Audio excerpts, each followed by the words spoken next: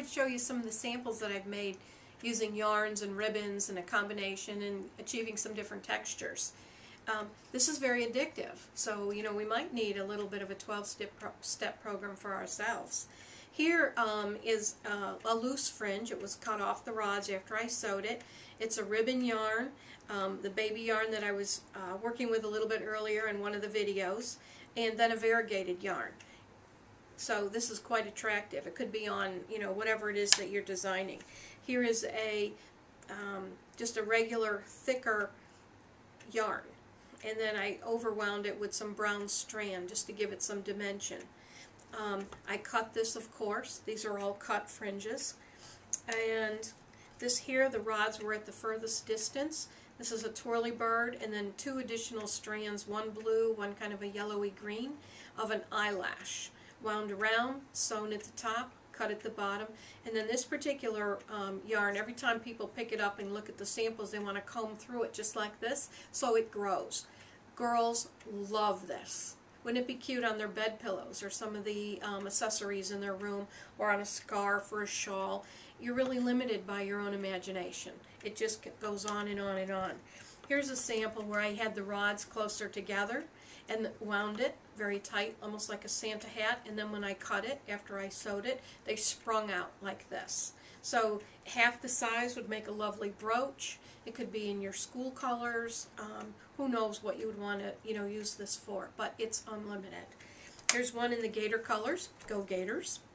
And of course the rods were very close together. Then when I cut it, after I sewed it in the middle, the yarns just kind of spread out, but I thought it would be a lovely brooch. Could be a school fundraiser in the school colors, and on and on. I have some other samples here to show you.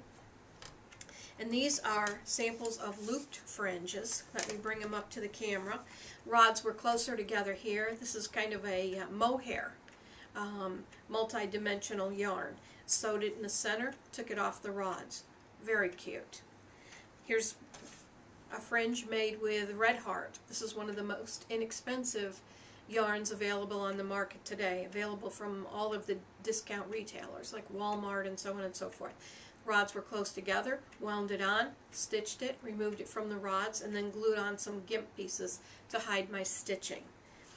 Here's some of the baby blue Offray ribbon, and it comes about 100 yards on a spool, and after working with it for about 50 yards I grew tired of it.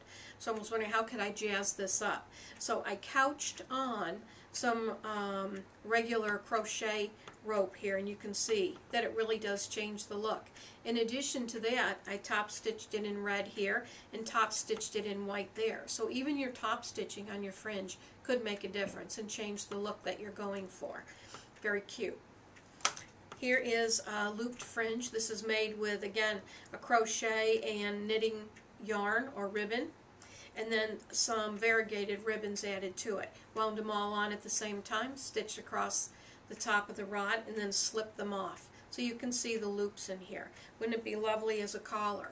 Wouldn't it be lovely on an accessory pillow, and so on and so forth?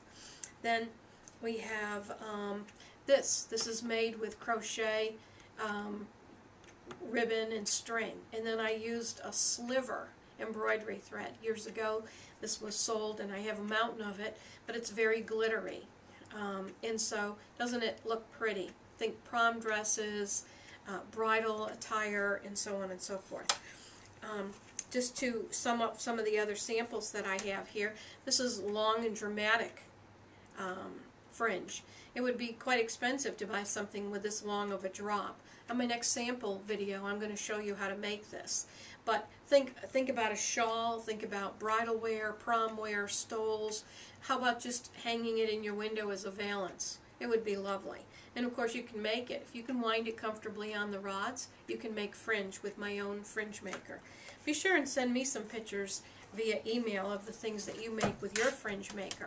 I wanted to show you a couple of other things. This is a leash. So thinking outside the box, of course, I just simply wound some yarns around the rods, and then I sewed it not in the middle and not at either end of the rods, but somewhere off center, so that it would accommodate going around the leash. Now, once this is done, I began to think, well, gee, what if I over-round this with some reflective tape? Now, when it was on the dog and they were out walking, it would reflect, almost like a blinking light as oncoming cars with their headlights on was approaching. Pretty clever. Then, here's a couple other things, depending on what time of year that you're viewing this. How about picking up a couple of inexpensive stockings from one of the discount stores? And this here is just yarn that I had left over, mixed 2 or 3 colors, some sparkle in it and a strand, and sewed it onto the stocking. Now it could be a lovely gift, or you could put your gift inside it. This is, you must agree, untraditional colors for the Christmas holidays, but when you have stuff at home and you can wind it on and make fringe, you can have a lot of fun experimenting with colors that are quite unusual. Be sure and send me an email and let me see what it is you're making. If you don't yet have your fringe maker, go to myownfringemaker.com and place your order. Thank you.